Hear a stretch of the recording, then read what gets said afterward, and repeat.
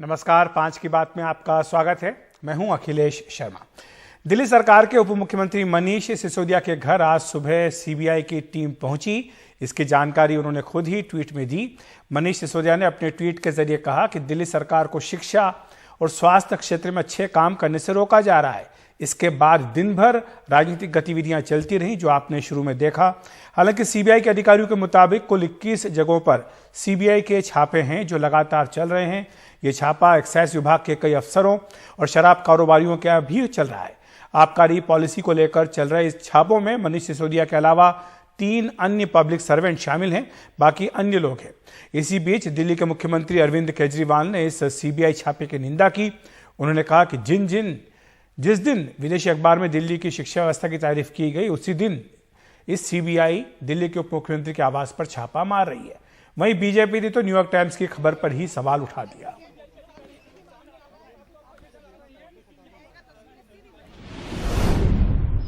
कल के New York times के फ्रंट पेज पे ये खबर छपी है।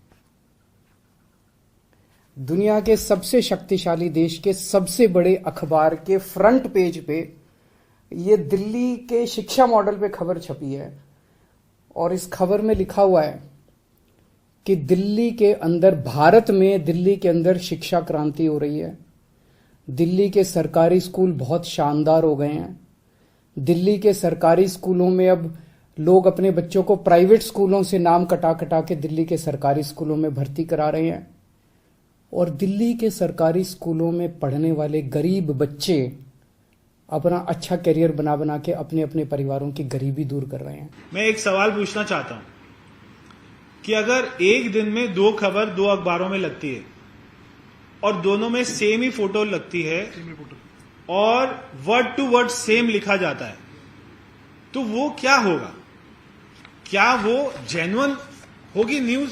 ये दोनों अखबार का फोटो है, एक है न्यूयॉर्क टाइम्स, एक है खलीज टाइम्स। दोनों में जो रिपोर्टर है एक ही रिपोर्टर है, वर्ड टू वर्ड सेम लिखा हुआ है, एकदम सेम पिक्चर, एकदम। जो 6 पिक्चर इसमें डाली हुई है, मेरे पास में और भी पिक्चर्स हैं, जो 6 पिक्चर इसमें न्यूयॉर्क टाइम्स में है वही 6 पिक्चर खलीज टाइम्स में। ऐसा होता है क्या?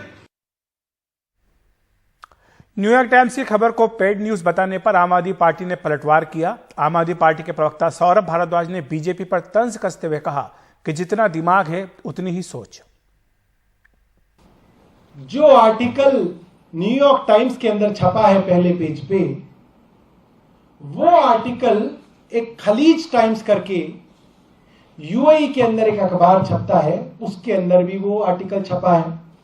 अब क्या है, अनपढ़पना यही होता है।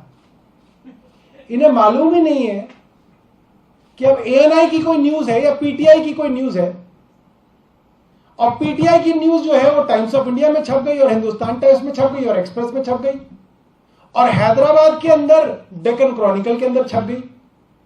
कह रहे अरे टाइम्स ऑफ इंडिया में भी छपाई, पैसे देके वहां डेक्कन क्रॉनिकल में आंध्र प्रदेश में छपाई, पेड न्यूज है। जितना दिमाग उतना ही सोच सकता है इंसान। मेरा न्यूयॉर्क टाइम में छपा है,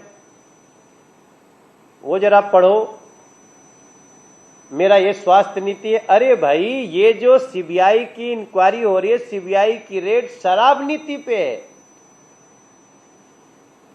ये किसी शिक्षा नीति, स्वास्थ्य नीति पे नहीं है। ये जो आपकी शराब नीति थी उसके ऊपर सीबीआई इंक्वायरी हुई थी 22 जुलाई 2022 को, और आज जो भी रेड है उसमें शराब नीति का जवाब दो। तो आज लगातार दिन भर यही राजनीतिक उथल पुथल चलती रही है। मनीष सिसोदिया के घर पर अभी भी सीबीआई के अधिकारी मौजूद हैं, छापा लगातार चल रहा है और जिस तरह की राजनीतिक बयानबाजी हुई है उस पर चर्चा करने के लिए हमारे साथ सूर्या मैथिल हैं, बीजेपी के नेता, हमारे साथ महिमा सिंह है, कांग्रेस की प्रवक्ता, साथ ही प्रियंका कक्कड़ भी हैं, आम आदमी पार्टी की प्रवक्ता। आप तीनों का बहुत बहुत स्वागत है एनडीटीवी इंडिया पर। सबसे पहले प्रियंका जी, आपके पास आना चाहूँगा।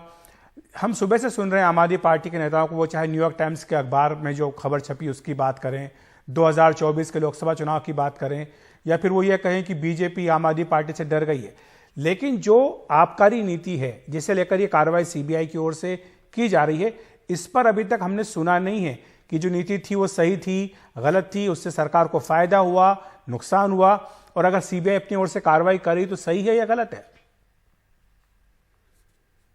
प्रियंका जी।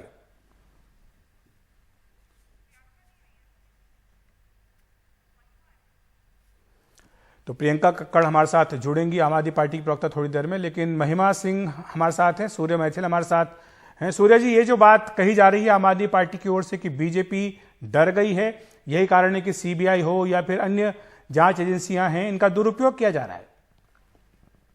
धन्यवाद अखिलेश शर्मा जी। पहले तो आपको और आपके सभी दर्शकों को भारत माता की जय वंदे मातरम। देखिए, अभी आपने जो प्रश्न उठाया वो बहुत ही वाजिब प्रश्न उठाया कि बार बार आम आदमी पार्टी जो है वो आरोप लगाती है भाजपा के ऊपर। लेकिन ये जो भी कार्रवाई हो रही है, ये कार्रवाई ना तो भारतीय जनता पार्टी करवा रही है, ना भारतीय जनता पार्टी के नेताओं का इसमें हाथ है। ये तो दिल्ली के लेफ्टिनेंट गवर्नर जो हैं, उन्होंने रिकमेंडेशन किया है कि जो आबाकारी नीति 2021 थी आम आदमी पार्टी की, उसमें बहुत सारी खामियां थी, उसमें भ्रष्टाचार का एक बहुत बड़ा पैटर्न निकल के आया। दिल्ली के राजस्व को हजारों करोड़ रुपए का नुकसान हुआ। आखिर क्या कारण था? क्या दिल्ली के अंदर ऐसी कंपनियों को ठेके दिए गए, मैं नाम लेके बोल रहा हूं, खाओ गली, मंगूटा और इंडो स्पिरिट, ये 3 कंपनियां थी। उनमें से खाओ गली तो ब्लैक लिस्टेड है। क्या कारण था कि 144 करोड़ रुपए का आप लोगों ने सीधा वेव ऑफ कर दिया? क्या कारण है जो लाइसेंस फीस 144 करोड़ रुपए वेव ऑफ की, 50 रुपए आप हर कार्टन के ऊपर वेव ऑफ कर रहे हैं? क्या कारण है कि आपने 30 करोड़ रुपए का जो जमानत राशि कहते हैं, सिक्योरिटी मनी, विदाउट नॉर्म्स उसको पूरा किए, आपने वापस कर दिए? आखिर इतनी जल्दबाजी किस बात की थी? तो ये सीबीआई इसकी जानकारी ले रही है। इसमें किसी भी राजनीतिक दल की कोई, जिसे कहते हैं ना कि कोई प्रतिक्रिया या क्रिया नहीं है। यहां पर तो केवल और केवल सच जानने की जो है वो कोशिश है, वो सेंट्रल फोर्सेस के द्वारा, सेंट्रल एजेंसीज के द्वारा, और एलजी साहब ने रिकमेंडेशन किया है। ठीक है प्रियंका जी, आपने सुना होगा सूर्या जी जो बात कह रहे हैं, लेकिन आप जुड़ी हमसे देर से, लेकिन पहले मैंने आपसे ये सवाल पूछा था, फिर से पूछ लेता हूं कि जो बयान आ रहे हैं सुबह से ही आम आदमी पार्टी नेताओं के, वो चाहे न्यूयॉर्क टाइम्स की खबर का हवाला दें या वो ये कहें कि 2024 में बीजेपी का मुकाबला सीधा अरविंद केजरीवाल से होगा, या फिर वो ये कहें कि बीजेपी डर गई आम आदमी पार्टी से, लेकिन किसी एक नेता ने ये नहीं कहा कि जो आबकारी नीति थी वो सही थी, उसका बचाव कर रहे हो या कह रहे हो कि उससे सरकार को नुकसान हुआ या लाभ हुआ। आबकारी नीति के ऊपर, सीबीआई की कार्रवाई के ऊपर आपका क्या कहना है? अखिलेश जी, थोड़ा सा डिसएग्री करूंगी आपसे कि आबकारी नीति के ऊपर भी हमारे कई नेता, चाहे वो सौरभ भारद्वाज जी हो, चाहे वो संजय सिंह जी हो, बहुत डिटेल में, बहुत विस्तार में जो आरोप लगाए जा रहे हैं उनका उत्तर भी दिए हैं। आप वो ये भी बताएं कि ये आबकारी नीति विड्रॉ करने से कितना नुकसान हुआ है गवर्नमेंट को और कितना फायदा हुआ, सारे आंकड़े सामने रखे गए हैं। जहां तक मैं सूर्य जी की बात सुन पाई थी, तो इनके किसी भी प्रश्न का उत्तर मैं तब दूंगी अगर ये मुझे सबसे पहले तो ये बताएं कि गुजरात से लगातार खबरें आती हैं कि 25 हजार करोड़ का अवैध शराब का धंधा चलता है एक शराबबंदी वाले स्टेट में। दूसरी खबर ये आती रहती है बड़ी आए दिनों कि इतने लोगों की मौत हो गई जहरीली शराब पीकर।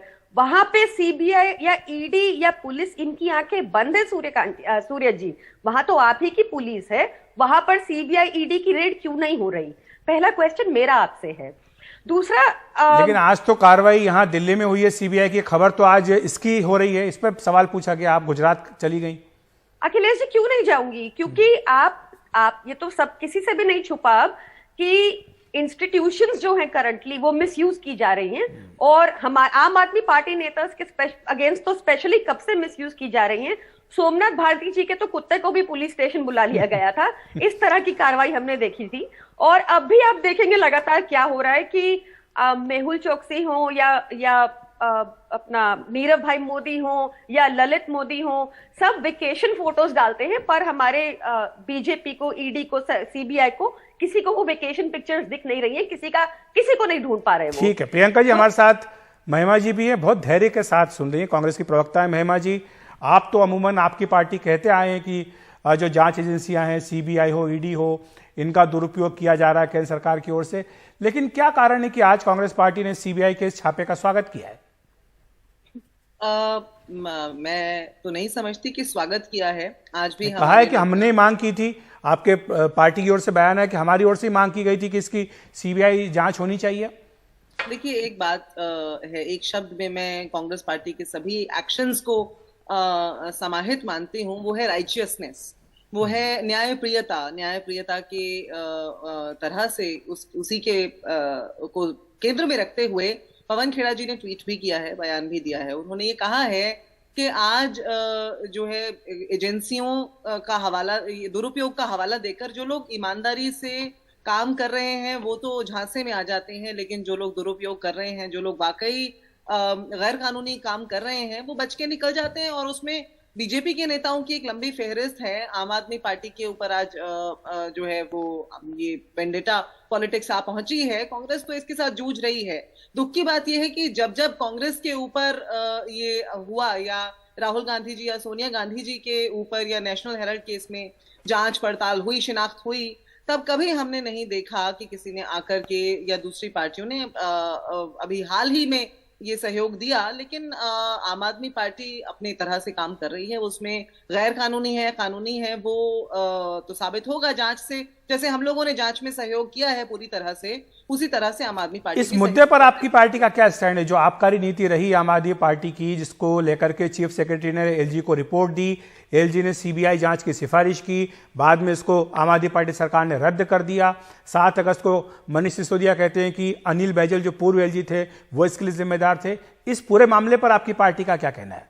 देखिए, एक ही सिक्के के दो पहलू हैं और आज शायद एक दूसरे की जरूरत नहीं रही है, इसलिए एक दूसरे के ऊपर ही गाज गिराने में लगे हुए हैं। और जो गैर कानूनी है वो गैर कानूनी रहेगा, चाहे वो गुजरात में हो रहा हो, चाहे वो हरियाणा का शराब घोटाला हो, चाहे वो बीएस येदियुरप्पा की कारस्तानियां हो, या फिर नारायण राणे की हो, या फिर मुकुल रॉय की हो, या फिर केजरीवाल सरकार में यदि कुछ ऐसा। और हमने तो सोमनाथ भारती के ऊपर भी जब ये कार्रवाई हो रही थी, हमने लगातार कहा ये वेंडेटा पॉलिटिक्स है, और हम ये कहेंगे कि जांच होनी चाहिए, लेकिन वेंडेटा पॉलिटिक्स नहीं होनी चाहिए। क्या अंतर है दोनों में, जांच में और वेंडेटा पॉलिटिक्स में क्या अंतर? किस तरह से जांच भी हो और वो वेंडेटा पॉलिटिक्स होते हुए भी ना दिखे, उसके लिए क्या करना चाहिए?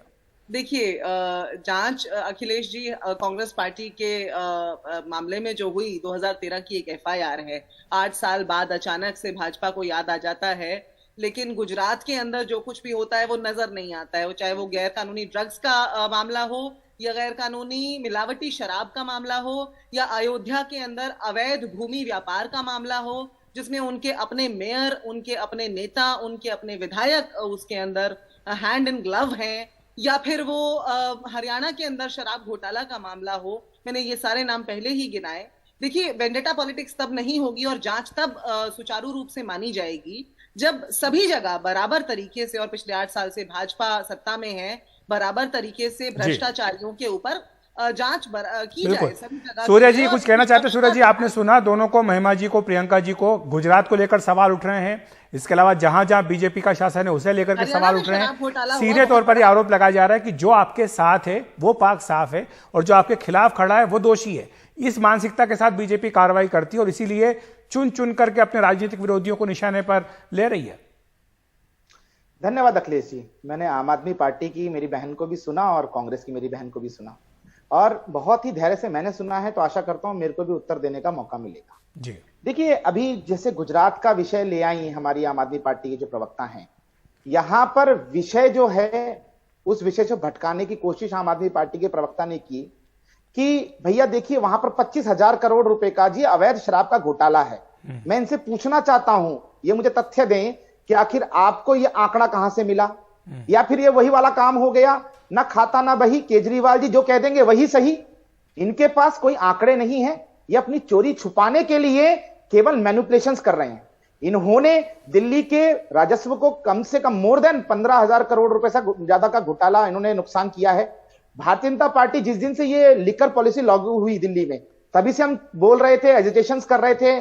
प्रदेश अध्यक्ष आदेश गुप्ता जी के नेतृत्व में दिल्ली की गली गली कोना कोना भाजपा कार्यकर्ताओं ने जाम भी किया, प्रदर्शन किए, काले झंडे दिखाए कि आप दिल्ली को मैखाना मत बनाइए। दिल्ली की जो शराब नीति है उससे दिल्ली का युवा बर्बाद हो रहा था, दिल्ली के अंदर राजस्व का नुकसान हो रहा था। एक पे एक फ्री और एक पे 2 फ्री ये दे रहे थे, और साथ ही साथ एक बहुत बड़ा नेक्सस जो शराब लिकर माफिया है उसका आम आदमी पार्टी के साथ में था। कितने ठेके हैं? पूरी बात सुन लीजिए ना मेरी बहन जी, बताइए ना नेताजी। मैंने आपसे आपके बीच में नहीं बोला ना, आपके बीच में नहीं बोला, धैर्य से सुनिए, मैं आपके प्रश्न का भी उत्तर दूंगा।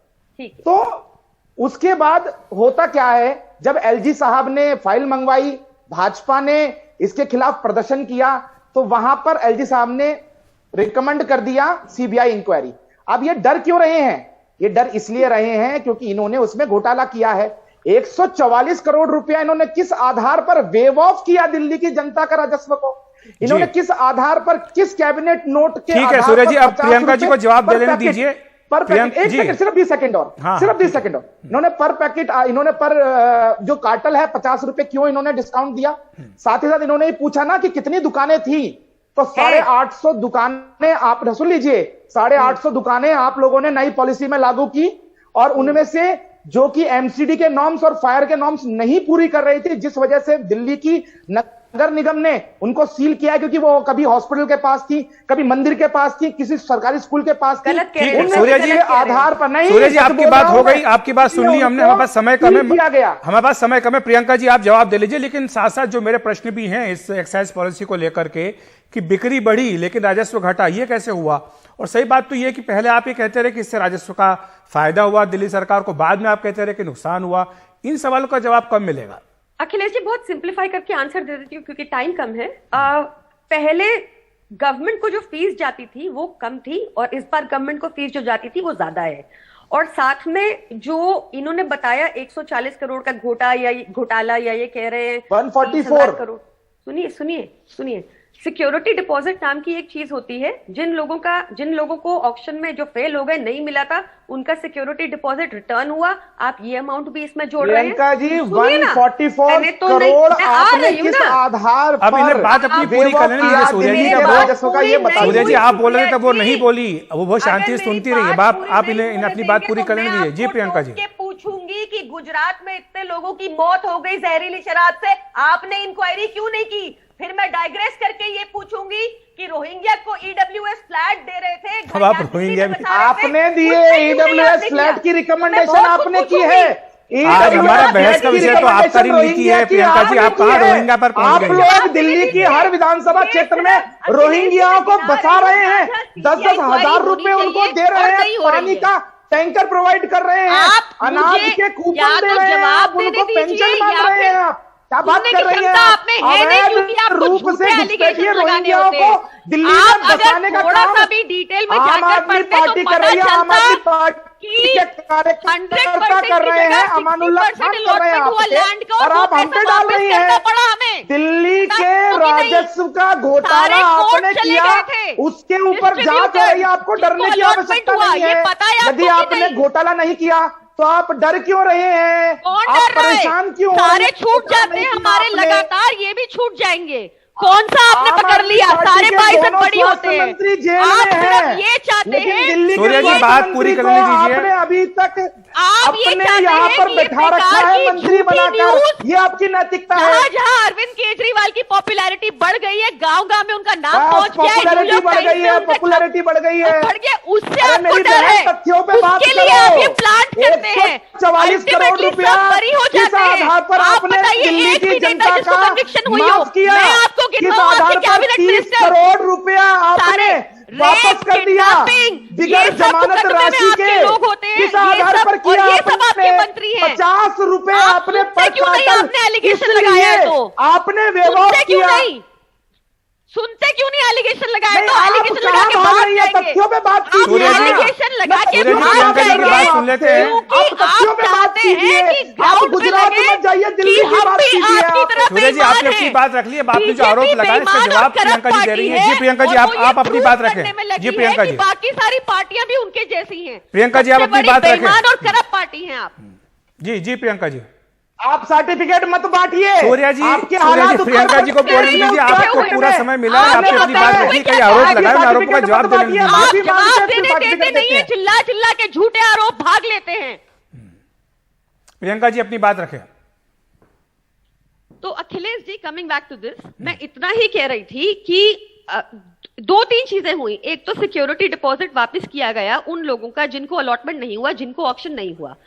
फिर उसके बाद कुछ ऐसे डिस्ट्रीब्यूटर्स थे, कुछ ऐसे वेंडर्स थे जो कोर्ट चले गए थे क्योंकि उनका ऑक्शन जो 100% दुकान के लिए मिला था वो उनको अल्टीमेटली 60% ही दिया गया, क्योंकि जो भी एमसीडी के नॉर्म्स थे या जो उस वजह से उनको पूरा 100% अलॉटमेंट नहीं हुआ, तो वो पैसा वापस करना पड़ा क्योंकि पैसे 100% के लिए थे पर अलॉटमेंट 60% कैबिनेट नोट के, बिगर एलजी परमिशन के, सर, वो बिगर कोर्ट ले गए थे, डॉक्यूमेंटेशन पता पूरे किए आप लोगों ने 30 करोड़ रुपया आपको पता है कि कोर्ट गए थे? एयरपोर्ट जोन का वापस आपको पता किया, है ये बात वो लोग किस कोर्ट आधार गए थे? पे वापस पता है? किया आपने? आपको पता है सर कि वो लोग कोर्ट गए थे? ये पता है कि नहीं? बताइए कितने तो ठेके कोर्ट दिल्ली ने में, ऑर्डर किए थे बताइए। क्या? मैं आपसे कितने पूछता हूं, ठेके कोर्ट थे? ने ऑर्डर किए थे कि उनकी जमानत राशि वापस कर दी जाए? जमानत राशि आप कंफ्यूज कर रहे हैं, मैं आपको समझाती हूँ, सुनिए। एक मैं चीज होती है कंफ्यूज नहीं कर रहा हूं, कंफ्यूज सिक्योरिटी आप हो रही हैं, कंफ्यूज आप हो रही हैं और आप कंफ्यूज करने की कोशिश कर रही हैं। आप मुझे दो बातें एयरपोर्ट बताइए, मुझे दो बातें बताइए। रुपए क्या की आपको जमानत पता है कि वो कोर्ट गए आपने थे? बिना क्या आपको पता परमिशन है के वापस दिल्ली में की? कितने किस ठेके आधार अभी? पे वापस की? आप बताइए दिल्ली में कितने ठेके अभी, ये बताइए, फिर आंसर करूंगी मैं कुछ भी। आपको ये भी पता है दिल्ली में कितने ठेके अभी?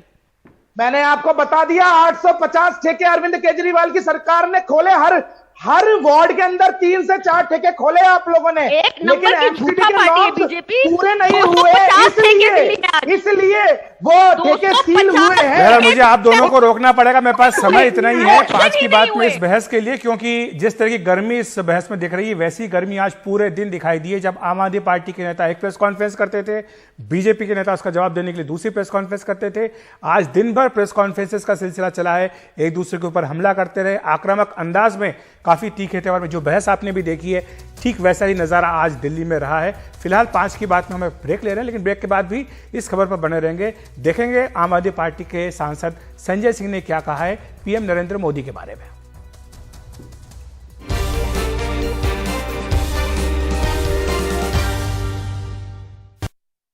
और वहीं आम आदमी पार्टी के राज्यसभा सांसद संजय सिंह ने कहा कि केजरीवाल की बढ़ रही लोकप्रियता से प्रधानमंत्री डरे हुए हैं, इसीलिए इस तरह की कार्रवाई हो रही है।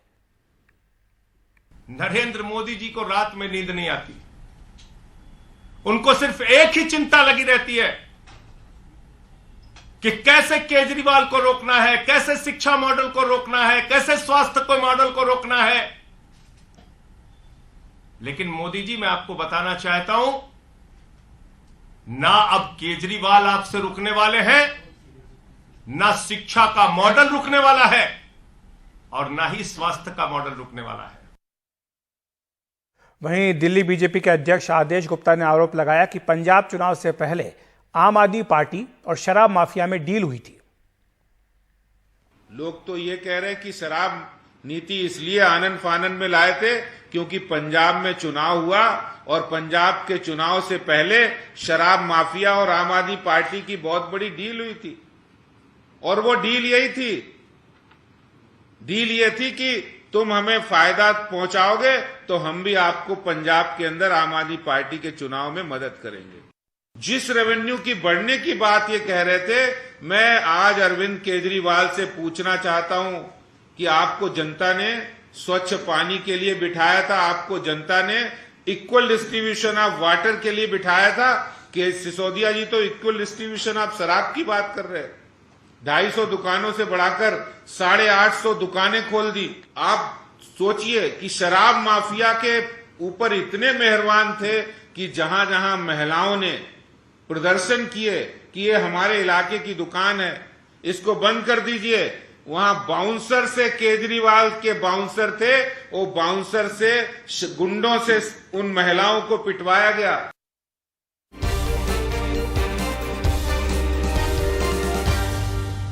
वहीं बीजेपी नेता डॉक्टर हर्षवर्धन ने कहा है कि पिछले 7 साल में दिल्ली की केजरीवाल सरकार लुटेरों की सरकार बन गई है। उनसे बात की हमारे सहयोगी रवि संजय शुक्ला ने। डॉक्टर हर्षवर्धन हमारे साथ में है। डॉक्टर साहब, ये बताइए, देश विश्व का सबसे प्रतिष्ठित अखबार न्यूयॉर्क टाइम्स शिक्षा नीति की तारीफ करते हुए आज खबर छपी, स्वास्थ्य मंत्री पहले ही जेल में हैं उनके, आज फिर सीबीआई की रेड पड़ गई, जबकि वो कह रहे हैं कट्टर ईमानदार हैं वो। देखो भैया, बात सुनो, ये अखबारों के आर्टिकल ना तो मैंने पढ़ा, लेकिन ये अखबारों के और टेलीविजन के अंदर जो प्रचार प्रसार ये कर रहे हैं पिछले कई सालों से, कितने हजारों सैकड़ों करोड़ रुपया खर्चा करके, उसके बारे में तो मुझे कुछ कमेंट करना नहीं, मैंने किसी आर्टिकल को पढ़ा भी नहीं, लेकिन जो शिक्षा की जो जमीन पे व्यवस्था है उसको मैं अच्छी तरीके से जानता हूँ। आज शिक्षा की उस चरमराई हुई व्यवस्था और उसके बारे में क्या छपाया क्या नहीं छपाया उसको डिस्कस करने का विषय नहीं है। आज तो बात हो रही है एक्साइज की, एक्साइज पॉलिसी की, जिसके कारण जो है इनका उप मुख्यमंत्री जो है वो शायद अब जेल में जाने की कगार के ऊपर पहुंच गया है। उसके खिलाफ रेड्स हो रही है, उसके जो साथियों के जो ऑफिसर्स के खिलाफ रेड हो रही है, जिस एक्साइज पॉलिसी के कारण इन्होंने जो है सैकड़ों करोड़ रुपया जो है इन्होंने इकट्ठा किया, तो आज उसकी बात हो रही है जिसके कारण इनको। अच्छा सर, एक चीज और बताइए कि बैजल साहब को तो बीजेपी ने नियुक्त किया था जी, फिर उपराज्यपाल ने रोका क्यों नहीं एक्साइज पॉलिसी को? कैसे दुकानें खुल गई, कैसे शोरूम खुल गए, जबकि ट्रांसफर तक वो रोकते रहे हैं? देखिए ऐसा है कि जहां तक मुझे जानकारी है उनके समय पे भी इसका बराबर उन्होंने विरोध किया। और आप ये जानते हो कि कोई भी चीज जो ये करते हैं उसका इतना हो हल्ला करते हैं, इतना हो हल्ला करते हैं कि ये तो किसी उपराज्यपाल को भी जो है ना शराफत से काम नहीं करने देते हैं। लेकिन उसका जवाब तो उपराज्यपाल जी के डोमेन में ज्यादा डिटेल्ड होगा। मैं कभी इस विषय पर मेरी उनसे कभी बात नहीं हुई, इसलिए it may not be fair for me to comment. But as far as I know Anil Baijal ji, he has been a very good officer, he has been a very public oriented person, that much I can say with lot of confidence because I have seen him working for last 30 years. He used to be the home secretary when I was minister in Delhi, so I have known him since then. लेकिन वो जवाब उसका वो बताएंगे। लेकिन सवाल इस बात का है कि ये पॉलिसी बनाई, पॉलिसी अगर ठीक थी तो वापस क्यों ले ली अभी जब ये सीबीआई की रेड हुई? और अगर मान लीजिए पॉलिसी में कोई कमी नहीं है तो आप जांच से क्यों डर रहे हैं, आप रेड से क्यों डर रहे हैं? आपकी रेड में कुछ नहीं निकलेगा। उन्होंने तो स्वागत किया है, फेल हो जाएगा। उन्होंने तो स्वागत किया, ट्वीट करके स्वागत किया है तो जवाब दो ना भाई। आप आज एजुकेशन की या न्यूयॉर्क टाइम्स की क्यों बातें कर रहे हो? कौन सी जगह पे क्या छुपाया है आपने जो है? We are not here to discuss that today. Thank you. Doctor साहब थे डॉक्टर हर्षवर्धन, जो कि कह रहे हैं कि अगर शराब की पॉलिसी इतनी अच्छी थी तो फिर उसको वापस कर लिया गया। दिल्ली से रवि रंजन शुक्ला, एनडीटीवी इंडिया।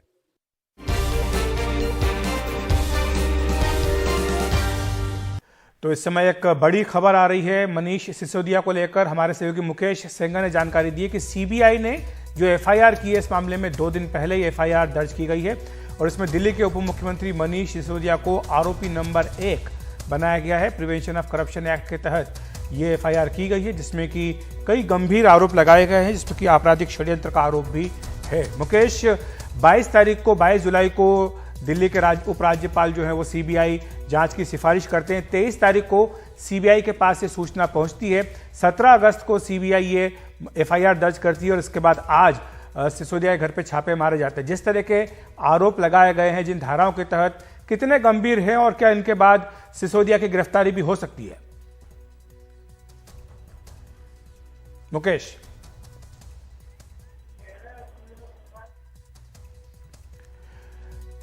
मुकेश के पास हम संपर्क करने का प्रयास करेंगे, लेकिन जो सीबीआई की एफआईआर आई है इसमें कुल 15 आरोपी बनाए गए हैं और इनमें जो दिल्ली के उप मुख्यमंत्री हैं मनीष सिसोदिया वो पहले नंबर के आरोपी हैं। साथ ही साथ जो आरोप लगाए गए हैं उन्हें भी मैं आपको पढ़ करके बता देता हूं। क्रिमिनल कॉन्स्पिरेसी यानी आपराधिक षड्यंत्र का यह आरोप लगाया गया है। फाल्सिफिकेशन ऑफ अकाउंट यानी जो खाते होते हैं उनको झूठा करना, उनमें फेरबदल करना, हेरा फेरी करना, और साथ ही अनड्यू एडवांटेज यानी जानबूझ करके फायदा उठाना, ये तमाम आरोप लगाए गए हैं। 120B भी इसमें धारा लगाई गई है। इसके साथ ही जो हमने बाद में आपको बताया प्रिवेंशन ऑफ करप्शन एक्ट के तहत कई सारी धाराओं के तहत ये एफआईआर दर्ज की गई है, जिसमें कि मनीष सिसोदिया का नाम सबसे पहले है और उनके अलावा 15 अन्य आरोपी हैं और सभी के घरों पर आज सुबह से ही 8 बजे से सीबीआई का जो छापा है वो लगातार चल रहा है।